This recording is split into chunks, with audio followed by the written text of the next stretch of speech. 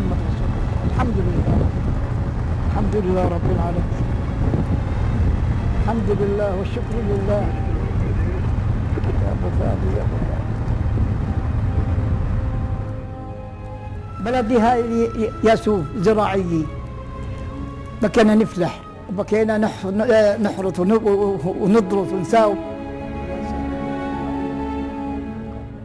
كل 3 شهور تطلع لنا 750 شيكل، هاي اللي بناخذ منهم 3 شهور والله حتى صار اكثر من 4 شهور. Several years ago, 71-year-old Abdelmati Yassin's livestock was killed and his farmland destroyed by Israeli settlers, leaving him with no source of income. Today he travels to the West Bank city of Salfit to receive European charity. 80,000 Palestinians receive this type of European aid each year. From 1993 to 2004, the Palestinian people received about $9 billion in foreign aid. تقدري تاخذي لترميم البيت مساعدة طارئة، قولي لهم بدي مساعدة طارئة تيجوا تزوروا بيتي. بعمر الحمام. طب اكتب اسمك، In the next few years, that aid will have reached close to $15 billion. Certainly with all of this funding, we have not seen any changes in the poverty levels because of the fact that this funding did not generate employment opportunities.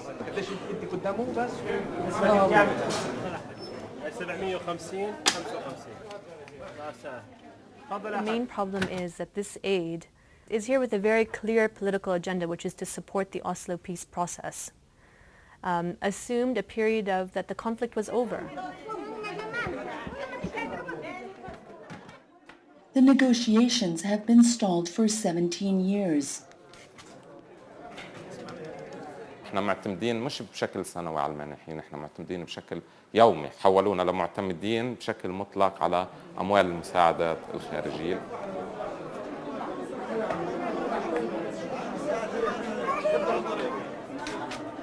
هذا الدعم مش موجه انه ينهي الاحتلال.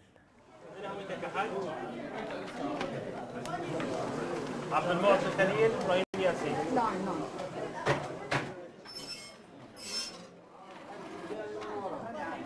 تفضل يا حاج. مع السلامة.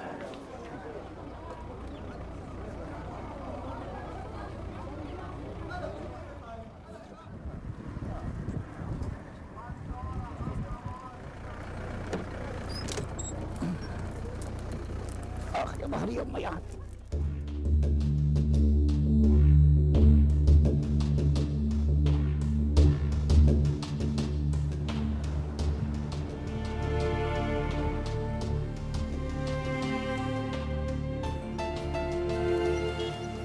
Even though donor funding was intended to help Palestinians, it hasn't necessarily achieved that goal.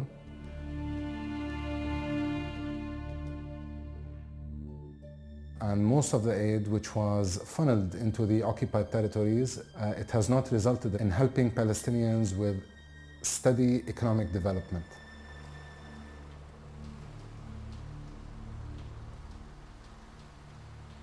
Historically, over half of Palestinian society worked in agriculture. Palestinians were self-sufficient. They exported fruits and vegetables throughout the Arab world in the 1970s and 80s. قبل أوسلو كان في استغلال للأرض، يعني كان في زراعة.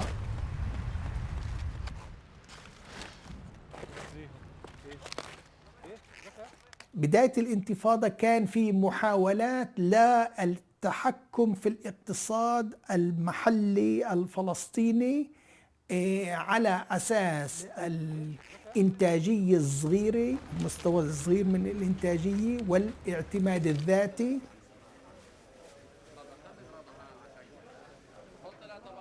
But Palestinian actions during the Oslo period proved devastating to Palestinian farming.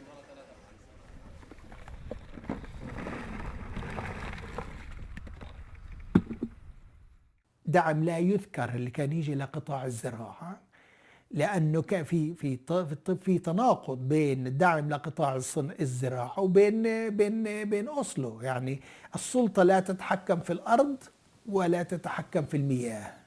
إسرائيل تتحكم في الأرض وإسرائيل تتحكم في المياه.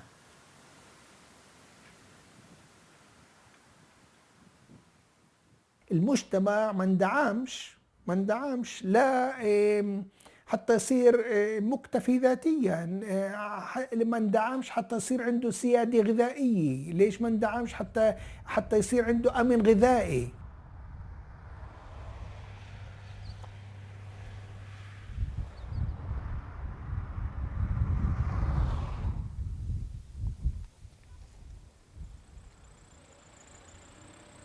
The economic planners during the Oslo period favored costly new industrial zones over agricultural development.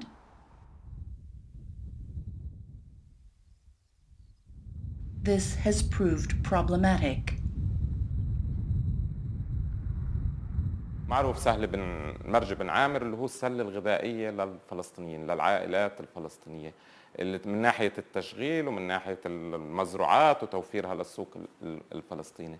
لما فكروا يعملوا منطقة صناعية، الإسرائيليين أصروا إنه يعملوها بمرج بن عامر بالأراضي الزراعية الموجودة حاليا.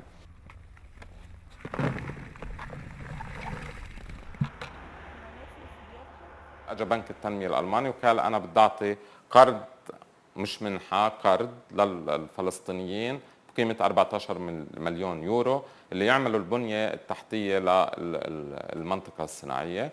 وإسرائيل كانت بتعملوا المنطقة الصناعية هين ممنوع تستخدموا المياه الجوفية، بمعنى أنه إسرائيل أصرت بالاتفاقية أنه تكون هو المزود للمياه في المنطقة الصناعية وكمان للطاقة.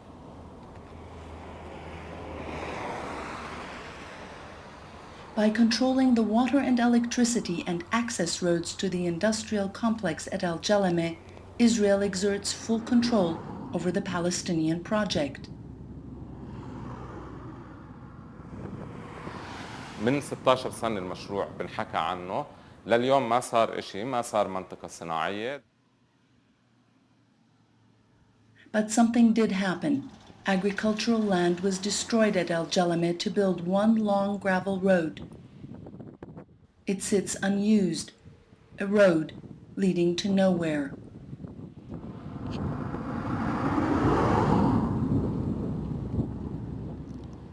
والمانحين اللي هم كانوا موجودين بنك التنمية الألماني كان بدرك تماماً إنه فيش مجال لمنطقة صناعية أو لاقتصاد فلسطيني طول ما إسرائيل هي المتحكمة في كل نقاط العبور بفلسطين.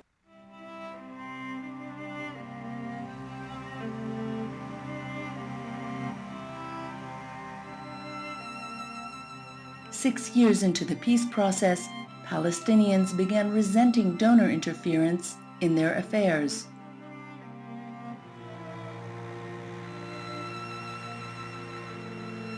I think one of the main areas which donor agendas are imposed on local societies is through the ideological underpinnings of aid. When you talk about women's organizations focusing their energy solely on legislation or on teaching women to lobby their elected representatives as a mechanism for empowering women, you're assuming a functioning liberal democracy. And clearly in Palestine we're not. This is not an independent, autonomous state or a functioning liberal democracy. We are a society living under a brutal apartheid system.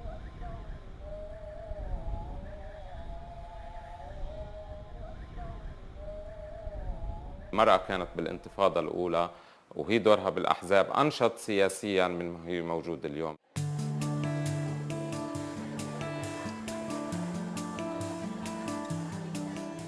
Workshops in urban centers replaced community work in rural areas.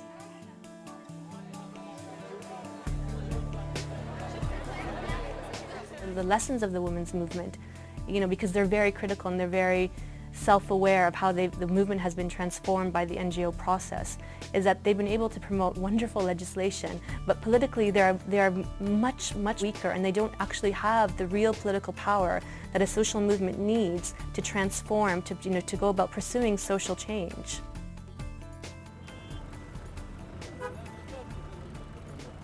But this is not the mechanism of change that we need, actually. For us, for a society which is engaged in a struggle, an anti-colonial struggle, a struggle for freedom, a struggle for liberation, being able to unify social forces is very important. And these professionalized activities actually break that up. They've broken up the grassroots model of organizing that we had in the first Intifada. كان ربط الحزام في الطائرة عند هبوط الطائرة فقط. Volunteers have virtually disappeared in Palestine due to large-scale funding of such activities. People who once volunteered in the new NGO world now expect to be paid. While donor aid has diluted the spirit of volunteerism, it has also changed the dynamics of the Palestinian business sector.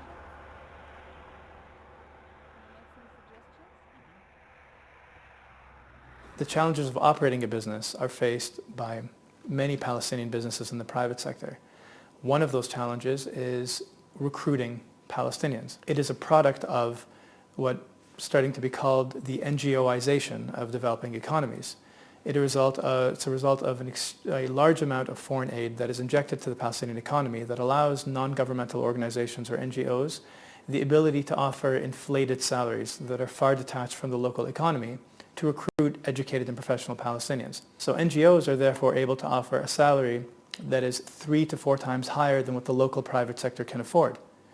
That increases the cost of labor and reduces the labor supply to the private sector and directly undermines the private sector's ability to recruit Palestinians, hire them, and therefore build a autonomous or an independent Palestinian economy. If donor aid is encouraging inflated salaries for the educated classes, then why are these educated classes incapable of building an independent economy?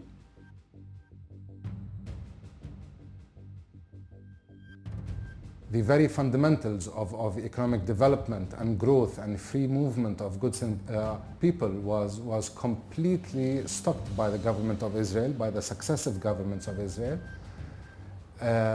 The donor community did not challenge this, but they continued pouring money over it. So they knew that they are investing in a failed project.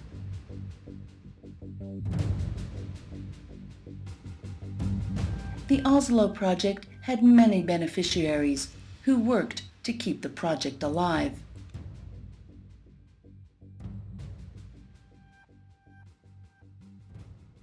لأنه احنا إذا بدنا نقول شو عملوا المانحين، عملوا طبقة أو نخب سياسية اقتصادية متشابهة أو متجوزة بعض وقاعدين، هدول النخب هم اللي برسموا قاعدين سياسة البلد.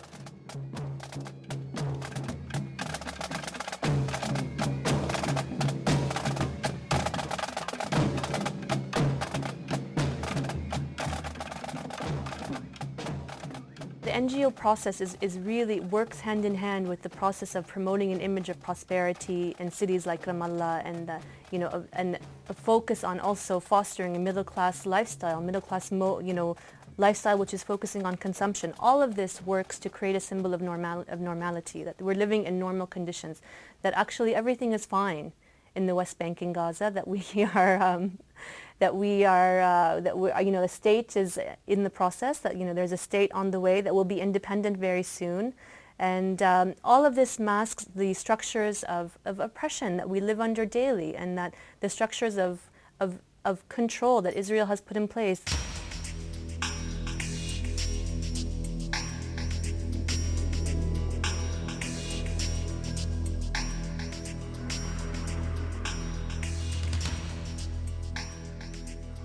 I think donor funding contributed because donors and the countries behind them did not challenge the policy of the State of Israel by economically blockading the West Bank and the Gaza Strip and East Jerusalem.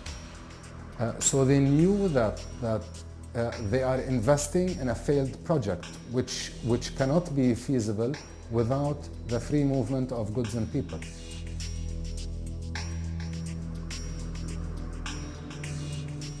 At least 30% of Palestinians have been designated as poor, with nearly half of these falling into the category of being very poor.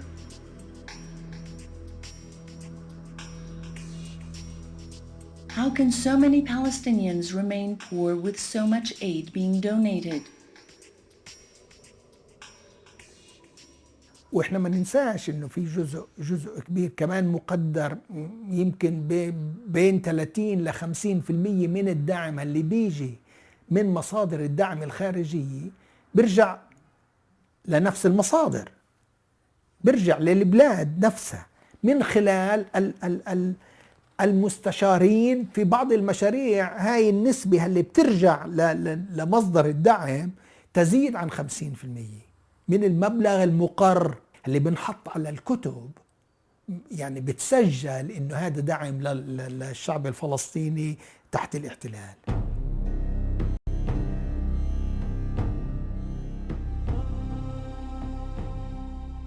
Nevertheless, the culture of aid dependency in Palestine is enormous.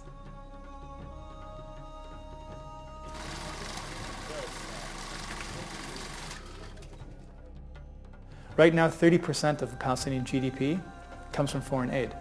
If Palestinians were to become disobedient, as defined by those foreign donor states, that donor money would cease to exist. It allows the donor states to essentially blackmail the Palestinian people. And I know blackmail is a strong word, but we saw the negative effects of donor aid in 2006 and its political implications. When Palestinians elected their own government in 2006, the donor aid money was turned off because they defined the results of the Palestinian election as hostile to Western interests. So therefore they ended donor aid to the Palestinian Authority.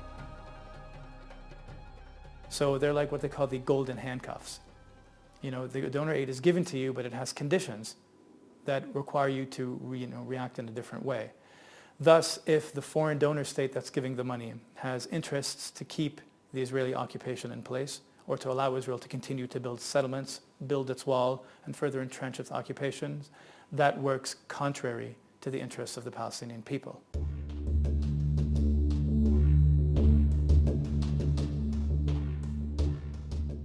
Critics of the economic policies of the Palestinian Authority say that the consumer society being created will have devastating long-term effects on the Palestinian people.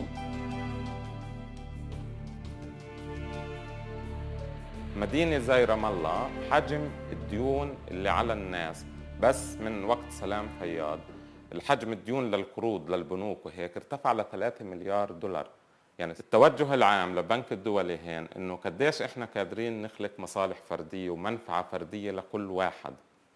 بمعنى في عندك قضية جماعية للفلسطينيين، كيف تفتت هاي القضية الجماعية وتصير كل واحد مشكلته انه انا مديون للبنك. هذا اللي بصير فعليا.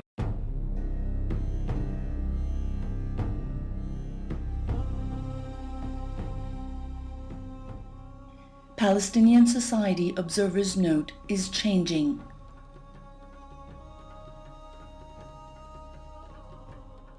I think the development could very well be illustrated in the Gaza Strip by people losing their capacities, their experience and expertise, and their potential. The degenerative effect of the prevailing politics is actually stripping Palestinians of whatever capability and potential they once had many, many years ago.